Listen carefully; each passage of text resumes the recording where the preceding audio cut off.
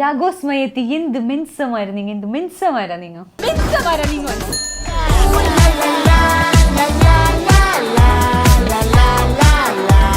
മാത്യു ഈ കപ്പ പോലെയൊക്കെ ഭയങ്കര സീരിയസ് മൂവികളിൽ നിന്ന് കപ്പ പോലെയോ കപ്പ പോലെ സീരിയസ് സാധനങ്ങളായിട്ടാണോ വന്നേക്കുന്നത്? കളിയാക്കിയതല്ലോ. ഓ ഭയങ്കര മെച്ചോട്. ഓ കളിയാക്കിയതല്ലോ. അർജുൻ ഭയങ്കര സിമ്പിളാ അങ്ങനെ സിമ്പിൾ എന്നല്ല ഞാൻ പറഞ്ഞേ, ഞാൻ ഒന്ന് പറയാം. എനിക്ക് അർജുൻ മാത്യുവിനെ കുറിച്ചൊരു കഥ പറയും. ഉണ്ണി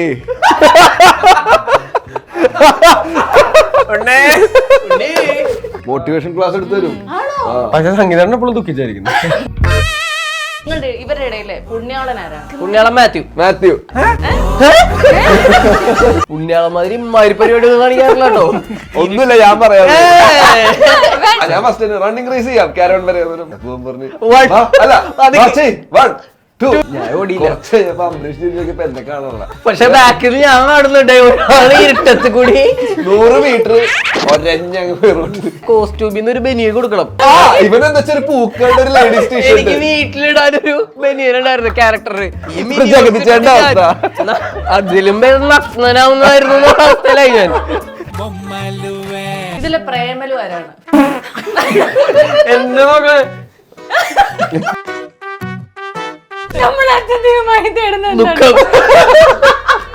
നമ്മുടെ ഈ കൂട്ടത്തിൽ ആരെങ്കിലും ഒരാൾക്ക് എന്തെങ്കിലും വിഷമം വന്നാൽ മറ്റുള്ളവരൊക്കെ ഭയങ്കര കട്ട സപ്പോർട്ടാ. അപ്പം അങ്ങനെ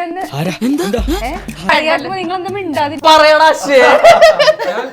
പാടി പാടി കൊളാ പിടിച്ചടിച്ചാണ് ഞങ്ങൾ. എന്തായാലും നമ്മൾ ഇത്രയും നാളെ 2017 അറിയാം നമുക്ക് കല്യാണം കഴിക്കാന്ന് പറഞ്ഞു.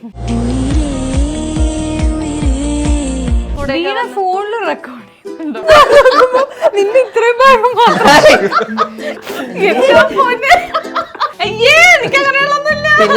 ഫോൺ വിളിച്ച എപ്പോഴും എന്നാ പറയുന്ന ഒരു കാര്യം എന്തായിരിക്കും?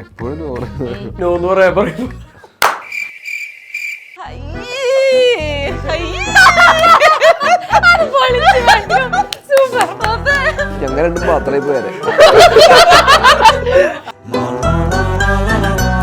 Learn CA, CMA, ACCA, CS from India's #1 faculty pool, III Commerce Academy.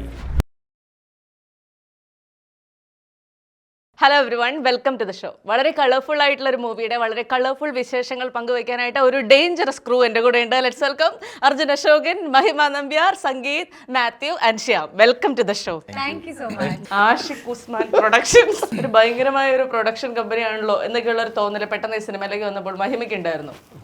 ആദ്യം എനിക്കത് അറിയില്ലായിരുന്നു. ആദ്യം ഞാൻ ADJ അടുത്ത് ആദ്യം സംസാരിക്കുന്നത്. ആഷിഖ് ഉസ്മാൻ സാറാണ് പ്രൊഡ്യൂസ് ചെയ്യുന്നത്. അല്ല, എന്നെ ആദ്യം വിളിച്ചത് ആഷിഖ് ഉസ്മാൻ. കഥ പറഞ്ഞപ്പോ ഫേക്ക് കഥ ജെന്യുവിനായിട്ട്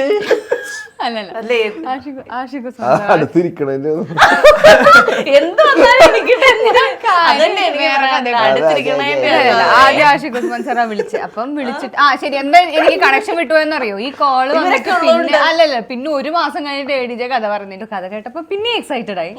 അങ്ങനെ ഞാൻ ചൂസ് ചെയ്തതല്ല, ശരിക്കും പറഞ്ഞാൽ എന്നെ ചൂസ് ചെയ്തത്. എനിക്കൊന്ന് ലാസ്റ്റ് ഇന്നാവുന്ന ആള് ഞാനായിരിക്കും സിനിമയിൽ. മാത്യു ഭയങ്കര സീരിയസ് ജോണർ സിനിമകൾക്ക് ശേഷം ഒന്ന് ചിൽ മൂഡിലേക്ക് ആകാമെന്ന് വിചാരിച്ച് പിടിച്ച പടമാണോ ബ്രോമാൻസ്? അല്ല, ഞാൻ പിടിച്ചതല്ല. അല്ല, ഞാൻ ADJയുടെ കൂടെ ജോ പിന്നെ 18+ ചെയ്തിട്ടുണ്ട്. പിന്നെ ഞങ്ങള് കുറെ കാലമായിട്ട് ഫ്രണ്ട്സാണ്. പരിപാടി ഉണ്ട്. 5 വർഷങ്ങൾക്ക് ശേഷം പൊന്മുട്ടയിൽ എന്ന വീട് ശ്യാമിനെ ഇപ്പൊ കാണുമ്പോ ലൈഫ് ഒരുപാട് കടന്നുപോയി. ഒത്തിരി കാര്യങ്ങൾ, ഒരിക്കലും പ്രതീക്ഷിക്കാത്ത കാര്യങ്ങൾ വളരെ പെട്ടെന്ന് സംഭവിച്ചായി തോന്നുന്നുണ്ടോ? എപ്പോഴൊക്കെ പ്രതീക്ഷിച്ചിരുന്ന കാര്യങ്ങളൊക്കെ തന്നെയാണ്, കുറച്ച് സമയം എടുത്തെങ്കിലും സംഭവിച്ചുകൊണ്ടിരിക്കുന്നു എന്നുള്ളൊരു ഫീലാണ്. അല്ല, അതിൽ നമ്മൾ ഏറ്റവും എക്സൈറ്റഡ് ആയ മറ്റേ ജമ്പിങ് വിത്ത് ജോയ് എന്ന് സംഭവിച്ച ഒരു നിമിഷം എന്തായിരിക്കും ഈ 5 വർഷത്തിനിടയ്ക്ക്? എനിക്ക് തോന്നുന്നു മറ്റേ രാജമൗലി സാറിന്റെ ട്വീറ്റ് വന്ന സമയത്താണെന്ന് തോന്നുന്നു. ശരിക്കും എഴുന്നേറ്റ് ചാടി. ഞാൻ മറ്റേ ബെഡ് സോഫയിൽ കിടക്കുമായിരുന്നു. ആരോ എനിക്കിടത്ത് അയച്ചു തന്നു. ഇങ്ങനെ പുള്ളി ട്വീറ്റ് ചെയ്തായിരുന്നു, സോ പ്രേമലു യെസ്റ്റർഡേ എന്ന് പറഞ്ഞിട്ട് ഓരോരോ ക്യാരക്ടർ വന്നിട്ട് ഏറ്റവും last but my favourite character Aadhi JK ജേഷ് കിട്ടിയെന്നോ. ഞാൻ ലിറ്ററലി മറ്റേ ചാടി എഴുന്നേറ്റിട്ടുള്ളൊരു മൊമെന്റ് ചിലപ്പോൾ അതായിരിക്കും. എന്തൊക്കെ സ്ട്രഗിൾസ് ആയിരുന്നു ലൈഫിൽ നേരിട്ടിട്ടുള്ളത് സിനിമ ഇൻഡസ്ട്രിയിലേക്ക് വരാനായിട്ട്? ഞാൻ ഈ പറഞ്ഞ പോലെ ഒരു ജോലിയൊക്കെ റിസൈൻ ചെയ്തതിനു ശേഷം ഞാനാരും പ്രേമലു 2024 പ്രേമലു എന്നുള്ള സിനിമ സംഭവിക്കുന്നത്. അതിന് ഇടയ്ക്കുള്ള ഒരു കാലഘട്ടത്തിൽ സിനിമയിലേക്ക് വരാൻ വേണ്ടിയുള്ള സ്ട്രഗിൾ എന്ന് ഞാൻ പറയില്ല. ഞാൻ മോസ്റ്റ്ലി എന്നെ ഒന്ന് ഡെവലപ്പ് ചെയ്തെടുക്കുക, എൻ്റെ സ്കില്ലുകൾ ഡെവലപ്പ് ചെയ്യുക, അല്ലെങ്കിൽ എനിക്ക് എന്തൊക്കെ ചെയ്യാൻ പറ്റും എന്നുള്ള ഈ പറഞ്ഞ പോലെ പൊന്മുട്ടൊക്കെ അതിന് ഭയങ്കരമായിട്ട് ഹെൽപ്പ് ചെയ്തിട്ടുണ്ട്. അപ്പൊ ആ ഒരു സമയം, അതിന് മുമ്പുള്ള ഒരു സമയം തൊട്ട് ഗോപിക്ക് എന്നെ അറിയാം. ഈ പറഞ്ഞ പോലെ ഞാൻ സ്മ്യൂളിൽ വെച്ചിട്ടാണ് ഞങ്ങൾ പരിചയപ്പെടുന്നത്. ഞാനൊരു വീഡിയോ ഉണ്ട്, നിങ്ങൾ രണ്ടുപേരും പാടി. സ്മ്യൂളിൽ പാടി കൊളാ പിടിച്ചടിച്ചാണ് ഞങ്ങൾ അങ്ങനെ. അപ്പൊ അതുകൊണ്ട് തന്നെ ഈ കല്യാണം കഴിക്കാന്നുള്ള ഡിസിഷൻ ആദ്യം പറയുന്ന അവളാണ്. അപ്പൊ ആ സമയത്തും ഒരിടത്ത് എത്തിയിട്ടില്ല. അപ്പോഴും ഈ പറഞ്ഞ പോലെ അങ്ങൊന്നും ഇല്ല എന്നുള്ളൊരു അവസ്ഥയിൽ നിൽക്കുന്ന സമയത്ത് തന്നെയാണ് പുള്ളിക്കാരി പറഞ്ഞത്, എന്തായാലും നമ്മൾ ഇത്രയും നാളെ 2017 അറിയാം, നമുക്ക് കല്യാണം കഴിക്കാന്ന് പറഞ്ഞു. ഞാൻ ചോദിച്ചത് കല്യാണം എന്ന് പറഞ്ഞാൽ എനിക്ക് അങ്ങനെ വരുമാനം പരിപാടികളൊന്നും ഇല്ല ഇപ്പോഴും. കിട്ടി പോയാൽ പോയി എന്നുള്ള ചിലപ്പോൾ ചെറിയ ആഡ് ഫിലിം വരും, ചിലപ്പോൾ ഷോർട്ട് ഫിലിം വരും, ഇതൊക്കെ ഉള്ളൂ, വേറെ ഒരു പരിപാടിയില്ല. അപ്പൊ പുള്ളിക്കാരി പറഞ്ഞു നോക്കാം, എന്തെങ്കിലുമൊക്കെ ഞാൻ എന്തെങ്കിലും കൊച്ചിയിൽ വന്നിട്ട് ഞാൻ എന്തെങ്കിലും ജോബിന് പോകാം, ചെറിയ ജോലി ആയാലും കുഴപ്പമില്ല. പിന്നെ ആ സമയത്ത് ഒരുപാട് ചെറിയ വർക്കുകൾ വരുമായിരുന്നു. അപ്പൊ നമുക്ക് താല്പര്യമില്ലാത്ത വർക്കുകളാണ്, പക്ഷെ പൈസ കിട്ടും. അങ്ങനത്തെ വർക്കുകൾ അതൊന്നും ചെയ്യേണ്ടെന്ന് പുള്ളിക്കാരി എന്നോട് പറഞ്ഞു. വേണ്ട, ഇഷ്ടമുള്ള പരിപാടി ചെയ്താൽ മതി. ഞാൻ പലപ്പോഴും അങ്ങനത്തെ വർക്കുകളിലോട്ട് ചാടിയാലോ, കാരണം അത്രയ്ക്ക് ബുദ്ധിമുട്ടായിരിക്കും. അപ്പൊ അതിന് സപ്പോർട്ട് ചെയ്തിട്ടുണ്ട് പുള്ളിക്കാരി. ജോലി ചെയ്തോളാന്ന് പറഞ്ഞു പുള്ളിക്കാരി, ആ ഒരു ഫ്ലോയിൽ പറഞ്ഞാണ് എന്തെങ്കിലും ചെയ്തോളാന്നുള്ളത്. അപ്പൊ ആ ഒരു സപ്പോർട്ട് കിട്ടിയിട്ടുണ്ട്. ഈ പറഞ്ഞ പോലെ പ്രേമലു സംഭവിച്ചപ്പോഴും നമ്മൾ ഭയങ്കര ന്യൂട്രലായിരുന്നു. മറ്റേ തുള്ളിച്ചാടൽ എന്നുള്ള അവസ്ഥ അല്ലാണ്ട് പുള്ളിക്കാരി പറയുമായിരുന്നു, അത് നമ്മൾ എപ്പോഴായാലും കിട്ടേണ്ട ഒരു സംഭവം തന്നെയാണ്. അതുകൊണ്ട് തന്നെ നമുക്ക് ഓവർ ആയിട്ടുള്ള ഒരു ജോലി ഇല്ല, ലൈറ്റ് ആയിട്ട് എടുത്താൽ മതി എന്നുള്ള രീതിയിൽ അതിപ്പോഴും ഞാൻ അങ്ങനെ തന്നെയാണ് പോകുന്നത് ലൈഫിൽ മൊത്തത്തിൽ. സംഗീതനെ കാണുമ്പോൾ ചോദിക്കണമെന്ന് വിചാരിച്ചൊരു കാര്യമാണ്, നമ്മളൊരു ഇന്റർവ്യൂ എഡിറ്റ് ചെയ്യാൻ തന്നെ ഒരു 20 മിനിറ്റ് ഇന്റർവ്യൂ എഡിറ്റ് ചെയ്യാൻ 2 ദിവസമൊക്കെ ഇരിക്കുന്നത്. അപ്പൊ എങ്ങനെയാ ഈ എഡിറ്റിംഗ്, ഈ സിനിമയുടെ എഡിറ്റിംഗ് ഒക്കെ എത്ര ദിവസം എടുത്താ ചെയ്യുന്നത്? നമ്മുടെ മാനസികാവസ്ഥ പരിഗണിച്ചാണോ എഡിറ്റിംഗ് നടക്കുക? എങ്ങനെയാണ് സംഭവം എന്നുള്ളത്? മാനസിക നിലയൊന്നും ഒരിക്കലും പരിഗണിക്കില്ല. ഇല്ലല്ലേ? മാനസിക നില അതിലൂടെ തകരുന്നുള്ളതല്ലാതെ വേറൊന്നും ഉണ്ടാവില്ല. പിന്നെ ഇതുപോലെ തന്നെ ആ സിനിമ, എനിക്ക് സ്റ്റേറ്റ് അവാർഡ് കിട്ടിയ സിനിമ ലിറ്ററലി ഒരു 2 വർഷം എഡിറ്റ് ചെയ്തിട്ടുണ്ട്. 2 വർഷത്തിൽ തന്നെ ദിവസങ്ങൾ എണ്ണിയാൽ തന്നെ എന്തായാലും ഒരു കൊല്ലത്തിനടുത്ത് ഫുൾ ഡേയ്സ് വെച്ച് നോക്കിയാലും എഡിറ്റ് ചെയ്തിട്ടുണ്ടാവും. അത്രയും വേർഷൻസ് ഒക്കെ ഇറങ്ങിയിട്ടുള്ള ഒരു സിനിമയാണിത്. ഇനി ഞാൻ എന്റെ സ്ഥിരം സാധനം എടുക്കാൻ പോവാ. നിങ്ങൾ ഓരോരുത്തരും നിങ്ങളുടെ കൂടെ ഇരിക്കുന്ന ആളെ കുറിച്ച് ഒരു കഥ പറയണം. മഹിമ തുടങ്ങുമോ? അതായത് മഹിമയ്ക്ക് അർജുനെ കുറിച്ച് പറയാനുള്ള ഒരു കാര്യം. അർജുൻ ഭയങ്കര സിമ്പിളാ. അതിപ്പോ എല്ലാവർക്കും അറിയുന്ന കാര്യം തന്നെ ആയിരിക്കും. പക്ഷെ ഭയങ്കര സിമ്പിളാ. അങ്ങനെ സിമ്പിൾ അല്ല ഞാൻ പറഞ്ഞേ. എന്റെ വിചാരത്തിൽ ഞാൻ ഏറ്റവും പാവം, പക്ഷെ എന്നെക്കാളും സ്വീറ്റ് ആയ ഞാൻ ഒന്ന് പറയാം, നിങ്ങൾ തമ്മിൽ അങ്ങ് പറ, ഞാൻ പറയണ്ടേ? അപ്പൊ എല്ലാരും ടേക്ക് കെയർ ചെയ്യുന്ന കാര്യത്തിലായാലും എല്ലാവർക്കും ഭക്ഷണമൊക്കെ മേടിച്ചു കൊടുക്കും. ആരെങ്കിലും കുറച്ചൊന്ന് ഹേർട്ടായിരിക്കുമ്പോ അല്ലെങ്കിൽ വിഷമിച്ചിരിക്കുവാണെങ്കിൽ അർജുന് ടെൻഷൻ ആവും. അവര് പോയി എന്താ നിങ്ങളൊക്കെ ചിരിക്കണേ? സത്യല്ലേ? സോഫ ഞാൻ പറയണേ, ഞങ്ങള് കുടുംബക്കാര്. അത്രേ ഉള്ളൂ എനിക്ക് പറയാൻ. എനിക്ക് അർജുൻ മാത്യുവിനെ കുറിച്ചൊരു കഥ പറയും. മാത്യു ഭയങ്കര എല്ലാം ശ്രദ്ധിക്കുന്ന ഒരു ആളാണ് ഷൂട്ടിന്റെ ഇടയിൽ. ബാക്കില് ലൈറ്റ് ഒക്കെ പോകുമ്പോ അവിടെ ഒരു ലൈറ്റ് കെട്ടായിട്ട് അങ്ങനെയല്ല. ഇപ്പൊ നമ്മളൊരു സീനൊക്കെ എടുക്കാൻ നിന്നാ നമ്മുടെ ഡയലോഗ് മാത്രമേ ശ്രദ്ധിക്കുള്ളൂ, പിന്നെ നമ്മൾ എന്താ ചെയ്യണം എന്നുള്ള പരിപാടി. അവൻ എല്ലാ കാര്യം ക്യൂരിയസ് ആണ്, എല്ലാ പരിപാടിയും ചെക്ക് ചെയ്യാനും ലെൻസിങ്ങും പരിപാടിയും. അവൻ ഭയങ്കരമായിട്ട് ശ്രദ്ധിക്കും, കൂടുതലും ചോദിച്ച് മനസ്സിലായിട്ടൊക്കെ ചെയ്യണേ. ഈ സത്യം പറഞ്ഞാൽ മുമ്പിലിരുത്തി പറയാൻ ഭയങ്കര ചമ്മലാണ് കേൾക്കുമ്പോ. അതാണ് നിങ്ങൾ മറ്റേത് കണ്ട് ചിരിക്കാനും രസിക്കാനും സൈഡിൽ ഒരാള് പറയുമ്പോ അതാണ് ഞാൻ തുറന്നു പറഞ്ഞത്. ഞാൻ പറയുമ്പോ നിങ്ങൾ ചിരിക്കുമ്പോൾ തുറന്നു പറഞ്ഞ. ശരി, മാത്യു സംഗീതനെ കുറിച്ച് പറയും. ഞാൻ സംഗീതത്തെ പറ്റി 2.5 മണിക്കൂർ പറഞ്ഞിട്ടുണ്ട്. ഇനി പറയാത്ത എന്തെങ്കിലും ഉണ്ടെങ്കിൽ മാത്രം പറഞ്ഞാൽ മതി. ഞാൻ എളുപ്പാക്കി തന്നത് കാരണം എപ്പോഴും പറയുന്ന ഒരാളെ കുറിച്ച് ഒരു കഥ പറയാൻ എളുപ്പമായിരിക്കുമല്ലോ. പുതിയ എന്തെങ്കിലും പറയട്ടോ, വേറെ ആരുടെങ്കിലും എങ്കിൽ ഞാൻ ശരി. ഞാനും സംഗീതം ശ്യാമിനെ കുറിച്ച് പറ. ഞാൻ കുറെ നാളുകൾ മുമ്പൊക്കെ കോവിഡ് ടൈമിലൊക്കെ റീൽസ് കണ്ടുകൊണ്ടിരിക്കുന്ന സമയത്ത് എനിക്ക് തോന്നി ഞാൻ ഏറ്റവും ലാസ്റ്റ് ആയിട്ട് ഏറ്റവും കൂടുതൽ തവണ റിപ്പീറ്റഡ്ലി ഒരേ ദിവസം തന്നെ കണ്ട റീല് ഇവന്റെ ചവർ സോങ് എന്ന് പറഞ്ഞിട്ടുള്ള റീലാണ്. അത് കണ്ടിട്ട് മറ്റേ ഫാൻ ബോയ് അടിച്ചിട്ട് ഞാൻ ഇൻസ്റ്റയിലൊക്കെ മെസ്സേജ് അയച്ചു. അതൊക്കെ കഴിഞ്ഞിട്ടാണ് പത്രോസിന്റെ ഉടപ്പുകൾ എന്ന് പറഞ്ഞൊരു മൂവി ഉണ്ടായിരുന്നു. അപ്പൊ ആ മൂവിയിൽ ഞാൻ ചെയ്യാനിരുന്ന ഒരു ക്യാരക്ടർ ഉണ്ടായിരുന്നു. എനിക്കായിരുന്നു ആദ്യം പറഞ്ഞിരുന്നത്. എല്ലാവരും കമ്പാരിറ്റീവ്ലി പുതിയ ആളുകളായിരുന്നു. പക്ഷേ ഒരു ലാസ്റ്റ് മിനിറ്റിൽ ഈ പറഞ്ഞ പോലെ കുറച്ചും കൂടി ലുക്ക് വൈസ് ഏജുള്ള ഒരാൾ വേണമെന്ന് പറഞ്ഞപ്പോൾ ഞാൻ തന്നെ എൻ്റെ ക്യാരക്ടർ മാറേണ്ടി വരികയും ഞാൻ തന്നെ ഇവനെ സജസ്റ്റ് ചെയ്യും, അങ്ങനെ ഇവൻ എൻ്റെ തന്നെ ക്യാരക്ടറിലേക്ക് വരികയും ചെയ്തു. മൈ ഗോഡ്, അതിന് വലിയ ഹൃദയം വേണം അല്ലേ? അല്ല എന്തായാലും എനിക്ക് കിട്ടില്ല, അപ്പൊ എനിക്ക് ഇഷ്ടമുള്ള ഒരാൾക്ക് കിട്ടണല്ലോ അല്ലേ, അതുകൊണ്ട് അങ്ങനെ വന്നു. ഞാൻ ഇന്നലെ അറിഞ്ഞുള്ളൂ. പക്ഷേ ഇതൊക്കെ വിളിച്ച് പറയണ്ടേ? വേണം എന്തെങ്കിലുമൊക്കെ ചെയ്യാൻ. ഒരു കുപ്പിയുമായിട്ട് വാ. ഓക്കെ, ഇനി പറ, ഇനി ഒരു കഥ പറ സംഗീതത്തിനെ കുറിച്ച്. സംഗീതമായിട്ട് ഭയങ്കര സെറ്റാണ്. എന്തെങ്കിലും ഇപ്പൊ വിഷമമൊക്കെ ഉണ്ടെങ്കിൽ വിളിക്കാൻ പറ്റുന്ന ഒരാളാണ്. എപ്പോഴും വിളിക്കാം. സംഗീതം ക്ലാസ് എടുക്കും ആൾക്കാർക്ക്, മോട്ടിവേഷൻ ക്ലാസ് എടുത്തു തരും. പക്ഷെ സംഗീതം എപ്പോഴും ദുഃഖിച്ചായിരിക്കും. ആ ഫീൽ അറിയുമ്പോഴേ നമുക്ക് പറഞ്ഞ് മനസ്സിലാക്കാൻ പറ്റുള്ളൂ. ആത്യന്തികമായി നമ്മളെല്ലാം ജീവിതത്തിൽ തേടുന്നത് എന്താണ്? എന്താണ്? സന്തോഷം അല്ല, ദുഃഖം. അതാണ് എൻ്റെ ഒരു പോളിസി. അതങ്ങനെയാണ്.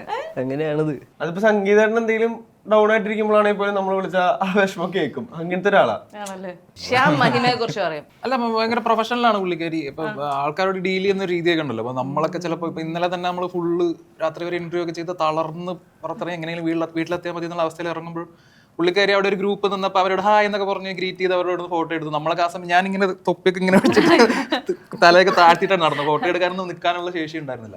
അപ്പൊ അങ്ങനെ ഒരു ക്യാരക്ടറാണ് പുള്ളിക്കാരി. എപ്പോഴും ആ ഒരു ചാമായിരിക്കും, ഭയങ്കര ഇതായിരിക്കും, ഹാപ്പി പേഴ്സൺ ആണ്.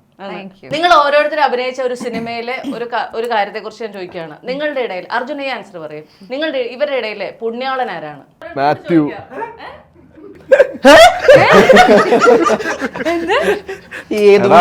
എല്ലാം തുറന്നു പറയാ, ജെന്യൂൻ ആയിട്ട് നിക്ക. പുണ്യാളൻ മാത്യു ആണ്. പുണ്യാളൻ നിക്കട്ടെ. ഒരു ജസ്റ്റ് കിഡിങ് ഗൈ ആരാണ്? ഇതിലുള്ളതിൽ ഒരു JK ആരാണ്? അർജുനാണെന്ന് തോന്നുന്നു. എന്നുവെച്ചാ എന്ന് സീരിയസ് ആയിട്ട് എടുക്കുക. ഇപ്പൊ എനിക്ക് തോന്നുന്നു അന്ന് നമ്മളവിടെ ഷൂട്ട് നടക്കുന്ന സമയത്ത് ഇവരെല്ലാരും കൂടെ എനിക്ക് ഒട്ടും വയ്യായിരുന്നു. നൈറ്റ് ഷൂട്ട് കഴിഞ്ഞിട്ട് നിങ്ങൾ ഏതോ സ്ഥലത്ത് പോയില്ലേ മറ്റേ വ്യൂ കാണാൻ വേണ്ടി. അപ്പൊ ഞാൻ അപ്പൊ എനിക്ക് പോവാൻ പറ്റിയില്ല. എന്നിട്ട് ഞാൻ പിന്നെ ഒട്ടും വയ്യായിരുന്നല്ലോ. എന്നിട്ട് ഞാൻ എല്ലാവർക്കും പേഴ്സണലി പറഞ്ഞു വയ്യാത്തോണ്ടാണ്. എന്നിട്ട് അർജുനോടും പറഞ്ഞു, മച്ചാനെ ഒന്നും വിചാരിക്കരുത്, ഞാൻ മനഃപൂർവ്വം ജാട കാണിക്കുന്നില്ല. അപ്പൊ തന്നെ എന്നെ വിളിച്ചിട്ട് ചേട്ടാ അങ്ങനെയൊന്നും ഇല്ലാട്ടോ, അങ്ങനെയൊന്നും വിചാരിക്കേണ്ട ആവശ്യമൊന്നുമില്ല, എന്താണ് എന്നൊക്കെ പറഞ്ഞിട്ട് സംസാരിച്ചു. അപ്പൊ അങ്ങനെ നിൽക്കുന്ന ഒരാളാണ്. ഞാനോർത്ത് ഈ വിളിക്കുന്നതിന്റെ ഒരു 10 മിനിറ്റ് മുമ്പേ ഒന്നുമില്ല, ഞാൻ പറയാം. അല്ല, ഞാൻ ഡീറ്റെയിൽ ആയിട്ട് പറയാ. ഷൂട്ട് കഴിഞ്ഞ് വെളുപ്പിന് 4:30. അപ്പൊ ഇരുട്ടാണ്, റോഡിലൊക്കെ കുഴിയുണ്ട്. അപ്പൊ ക്യാരലിലേക്ക് ഇവന് വയ്യ, അവന് ബാക്കൊക്കെ ശരിയേ വന്നുള്ളൂ. അതായത് ആക്സിഡന്റ് ശരിയേ വന്നുള്ളൂ. അപ്പൊ ഞാനുണ്ട്, ഇവന്റെ അംബരീഷ് ഉണ്ട്, ബാക്കിൽ ഷാജേട്ടൻ ഉണ്ട്, ബോഡി ഗാർഡ്സ് ഒക്കെ ഉണ്ട്. അപ്പൊ ഞാൻ പറഞ്ഞു ഞാൻ ഫസ്റ്റ് റണ്ണിങ് റേസ് ചെയ്യാം ക്യാരവൻ വരെ. അംബരീഷ് പറഞ്ഞു വേണ്ട ചേട്ടാ, സമയം ഇത്ര അവര്. ഞാൻ പിന്നെ ഓക്കെ വിട്ടപ്പോ പറഞ്ഞു അല്ല 1 2 3 2 നിങ്ങൾ ഓടിയാലും ഓടുള്ളൂ. ഇപ്പൊ എണ്ണിയപ്പോ ആരും ഓടിയില്ല. അപ്പൊ പോളാ. അപ്പൊ ഇവൻ ഉണ്ടാന്ന് പറഞ്ഞു. ഇവൻ എണ്ണി, ഞാനും അംബരീഷ് ഓടിയുള്ളൂ. ഞാൻ ഓടിയില്ല. കുറച്ച് അംബരീഷ് തിരിച്ചപ്പോ എന്നെ കാണാനുള്ള. പക്ഷെ ബാക്കിൽ ഞാൻ കാണുന്നുണ്ട് ഇരുട്ടത്ത് കൂടി 100 മീറ്റർ ഒരഞ്ഞങ്ങ് റോട്ടിൽ ഒരു കുഴി ഉണ്ടല്ലോ ഇരുട്ടത്ത്. അതിന് മറ്റേ മുട്ടിന് തേങ്ങയുടെ മൂടുപോലെ കുത്തും കയ്യിലുണ്ട് തോള. എന്തിന്റെ ആവശ്യമായിരുന്നല്ലേ? എന്നിട്ട് അവിടെ ഉള്ള ഡ്രസ്സിലൊക്കെ അഴുക്കായി. പകരം കോസ്റ്റ്യൂമിന്റെ ഒരു ഡ്രസ് അല്ല, എന്റെ ഡ്രസ് കാണാനുള്ള ടീഷർട്ട് അല്ല. അപ്പൊ കോസ്റ്റ്യൂമിന്ന് ഒരു ബനിയൻ കൊടുക്കണം. ഇവനെന്താ വെച്ചാൽ പൂക്കളുടെ ഒരു ലേഡീസ് ടീഷർട്ട് വീട്ടിലിടാനൊരു ക്യാരക്ടർ. മറ്റേ മഞ്ഞയില് കൊറേ മിനിയോൺസ്. കോമഡി എന്താ വെച്ചാല് ഇവന് സങ്കടം തോന്നിട്ട് ചേട്ടാ ഞാൻ എന്റെ ഡ്രസ് തരാം. ഇവൻ വിചാരിച്ചില്ല ഞാൻ മറ്റേ ഓക്കെ ഈ മിനിയോൺസ് ഇട്ടിട്ട് ഞാൻ ജഗതിച്ചേണ്ട അവസ്ഥ. അതിലും നഗ്നനാവുന്നായിരുന്നു അവസ്ഥയിലായി ഞാൻ. രാവിലെ ഇങ്ങനെയായിരുന്നു. എനിക്ക് പറഞ്ഞ നിനക്ക് കൊണ്ടല്ലോ. അതാ ഇപ്പൊ മനസ്സിലായില്ല ഇവൻ പറഞ്ഞ സംഭവം. അതെനിക്ക് മറ്റുള്ളവരുടെ ദുഃഖം തീർക്കാൻ പോയിട്ട് നമ്മളുടെ ദുഃഖം. അതെന്തുകൊണ്ടാ നിങ്ങൾ ആത്യന്തികമായിട്ട് തേടുന്നത്? ഇവരിൽ ഒരു ലിറ്റിൽ ഹാർട്ട്സ് ഉള്ളത് ആർക്കാണ്? ഏറ്റവും കുഞ്ഞു ഹൃദയം അവനായിരിക്കും. ഞാനാണല്ലോ കുഞ്ഞു അവനായിരിക്കും ഞങ്ങളുടെ പ്രൊട്ടക്റ്റഡ്. അതാവൻ ഞങ്ങൾക്ക് എല്ലാവർക്കും ഭയങ്കര ഫേവറേറ്റ് ആയ. എനിക്ക് എന്തെങ്കിലും ആവശ്യമൊക്കെ ഉണ്ടെങ്കിൽ ഇവരെല്ലാരും ഞങ്ങൾ കൂടെ നിന്നിട്ടുണ്ടായിരുന്നു. ഇതിലെ പ്രേമലു ആരാണ്? ഫുൾ ടൈം പ്രേമിച്ചുകൊണ്ട് നടക്കാൻ തോന്നുന്ന ഒരാള്? എന്നെ നോക്കണേ. അതെന്താ എന്നെ നോക്കണേ? വേറെ ആരും ഇല്ല. പ്രേമലു സിംഗിൾ സിംഗിൾ നീയല്ലേ? അങ്ങനെ ആ ഞാനും എന്നാലും അവൾക്കും അല്ല. ടീച്ചറിനെ പ്രണയിച്ച ക്രിസ്റ്റി ഇതിലാരാണ്? അവന്റെ ഒരു സിനിമയുണ്ട്, ചോദിച്ചോ. നോക്കിയപ്പോ തന്നെ ഇങ്ങനെ ഇതിനകത്ത് തണ്ണീർ മത്തൻ ആർക്ക് കൊടുക്കും? അത് തന്നെ. ചേച്ചെടുത്തോ? ഇനി വീണ്ടും നമ്മൾ തണ്ണീർ മെത്തലിലേക്ക് വന്നു കഴിഞ്ഞു. തണ്ണീർമത്തല്ലോ 2019 സ്പോട്ട് അല്ല പോന്നൊരു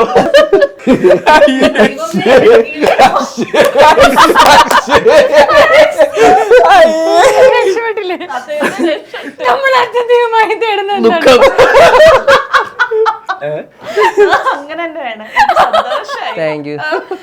എഡിറ്റിംഗ്, അതിനുശേഷം അഭിനയം, ഇങ്ങനെയൊക്കെ ആഗ്രഹിച്ചിരുന്ന ഒരു സ്ട്രഗ്ലിംഗ് ഫേസ് ഉണ്ടായിരുന്നു ലൈഫിൽ? എഡിറ്റിംഗ് ഞാൻ ആഗ്രഹിച്ചിരുന്നു. എഡിറ്റിംഗ് അല്ലെങ്കിൽ film making, behind camera work ചെയ്യണം എന്നുള്ളത് തന്നെയായിരുന്നു ചെറുപ്പം തുടങ്ങിയുള്ള ആഗ്രഹം. അങ്ങനെയാണ് സിനിമയിലേക്ക് എത്തിയത്. ഭയങ്കര സ്ട്രഗിൾ പരിപാടിയിലായിരുന്നു. രാത്രി ഫുൾ ടൈം വർക്ക്. നമുക്ക് തന്നെ ജോലി ചെയ്യുമ്പോൾ അറിയാം, നമ്മളിവിടെ സിനിമ റിലേറ്റഡ് ഒക്കെയാണ് അല്ലെങ്കിൽ എന്റർടൈൻമെന്റ് റിലേറ്റഡ് മേഖലയാണെങ്കിലും ഇതല്ല പരിപാടി എന്നുള്ളത് അറിയായിരുന്നു.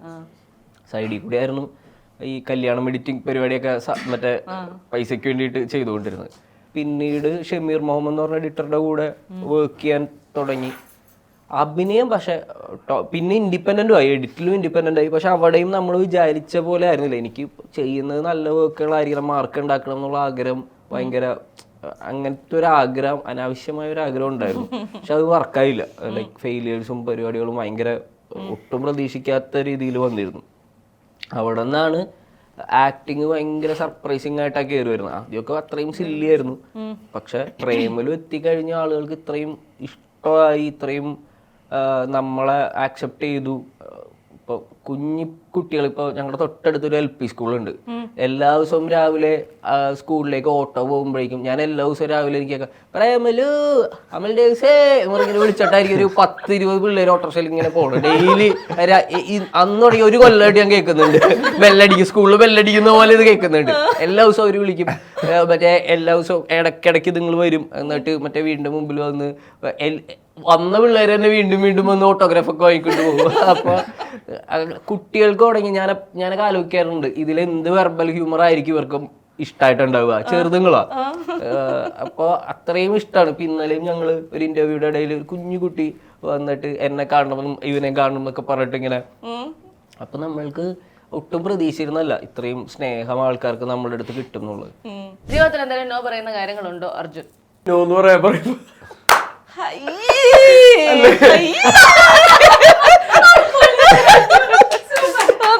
നോ പറയാ പറയുമ്പോന്നല്ലേ പറയുന്നത്.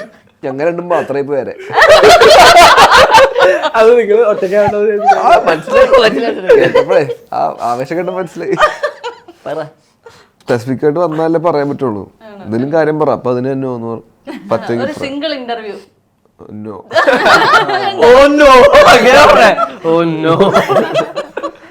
അങ്ങനെയാണല്ലോ അല്ലേ, ഫാമിലി ഇന്റർവ്യൂ. കേട്ടോ, രണ്ടു വട്ടം അപമാനിച്ചിട്ടുണ്ട് കേട്ടോ. പറയുന്നത് ആദ്യം ഹൃദയം കഴിഞ്ഞ് വരുന്ന സമയത്തേ ഞാൻ ജീവിതത്തിൽ ആദ്യമായിട്ടാണ് ഒരു ഇന്റർവ്യൂവിന് വന്നിട്ടേ നിർത്തി ഇന്റർവ്യൂ എടുത്ത് സീറ്റ് കസേരൊന്നുമില്ല. നിങ്ങൾ അതെന്താണെന്നറിയോ, 15 പേര് 15ഒന്നുമില്ല, 4 പേര്. ഇപ്പോഴും ഇന്റർവ്യൂ ആ ലിങ്ക് എടുത്ത് ഞാൻ കാണിച്ചു തരാം. 4 നിന്നോന്ന് ഇതേപോലെ തന്നെയായിരുന്നു. കഴിഞ്ഞ ഇന്റർവ്യൂല് അനശ്വരയുടെ അമ്മ ഇങ്ങനെ പറഞ്ഞു എന്നൊക്കെ പറഞ്ഞു. അമ്മയെ നോക്കിയപ്പോ അമ്മ ഇങ്ങനെ പറഞ്ഞില്ല, അമ്മേന്റെ അടുത്ത് പറഞ്ഞായിരുന്നു അടുത്ത കട്ടിട്ടേക്കണേ. വേറെ കട്ടെന്ന് വേറെ റീല് നോക്കുമ്പോഴേ അമ്മേനെ പോയി കെട്ടിപ്പിടിച്ച റീല്. അമ്മ ഒന്നും പറഞ്ഞിട്ടില്ല. ഓക്കെ മാത്യു, ഒരു സിനിമാ നടനായതുകൊണ്ടുള്ള 3 ബെനിഫിറ്റ്സ് പറയൂ. ഇങ്ങനത്തെ ഉള്ള അടിപൊളി ഫ്രണ്ട്സിനെ കിട്ടി. പിന്നെ സിനിമകൾ അഭിനയിക്കാൻ പറ്റുന്നുണ്ട്. നമുക്കറിയാത്ത ആൾക്കാരൊക്കെ നമ്മളെ ഇഷ്ടപ്പെടുന്നുണ്ട്. അതെ അതെ. അതിഭീകരമായിട്ടൊരു ക്രഷ് തോന്നിയ ഒരു മലയാള സിനിമാ നടിയുണ്ടോ ശ്യാമിന്? എനിക്ക് ഹിന്ദിയിൽ രാധിക ആപ്തയോട് ഭയങ്കര ക്രഷാണ്. അത് ശരി, പുള്ളിക്കാരുടെ അഭിനയം കൂടെ കൊണ്ടുള്ള ഒരു ക്രഷാണ്. പൈങ്കിളി റിലീസ് ആവുന്നു, ദാവീദ് റിലീസ് ആവുന്നു, ബ്രോമാൻസ് റിലീസ് ആവുന്നു. പിന്നെ ഓഡിയൻസ് എല്ലാം പലതരത്തിലേക്ക് ചിതറി പോകുമോ എന്ന് എപ്പോഴെങ്കിലും ആലോചിച്ചിട്ടുണ്ടോ? നല്ല സിനിമകൾക്ക് ഒരേ സമയം തിയേറ്റർ റൺ കിട്ടും. കഴിഞ്ഞ കൊല്ലം ഒരേ സമയം മഞ്ഞുമല് പ്രേമലും അന്വേഷിപ്പും കണ്ടത് മൂന്നും ഒരു ഡേറ്റ് ആണെങ്കിലും മഞ്ഞുമ്മല് റൺ ചെയ്യുന്ന സമയത്തും പ്രേമലും ഇതൊക്കെ ഉണ്ടായിരുന്നു, ഈ ഭ്രമയുഗം ഒക്കെ ഉണ്ടായിരുന്നു. ഞാൻ പ്രമുഖത്തിന്റെ ടെൻഷൻ കാരണം പ്രേമലു കാണാൻ പോയത്. ആണോ? ആണല്ലേ? അല്ല, നമ്മൾ ഭയങ്കരമായിട്ട് വർക്കൗട്ട് ആവുമെന്ന് പറഞ്ഞൊരു സാധനം വർക്കൗട്ട് ആകാതിരുന്ന എന്തെങ്കിലും കഥ നിങ്ങളുടെ ജീവിതത്തിൽ ഉണ്ടോ? ഇങ്ങനത്തെ ഇന്റർവ്യൂ പോലെയൊക്കെ എന്തെങ്കിലും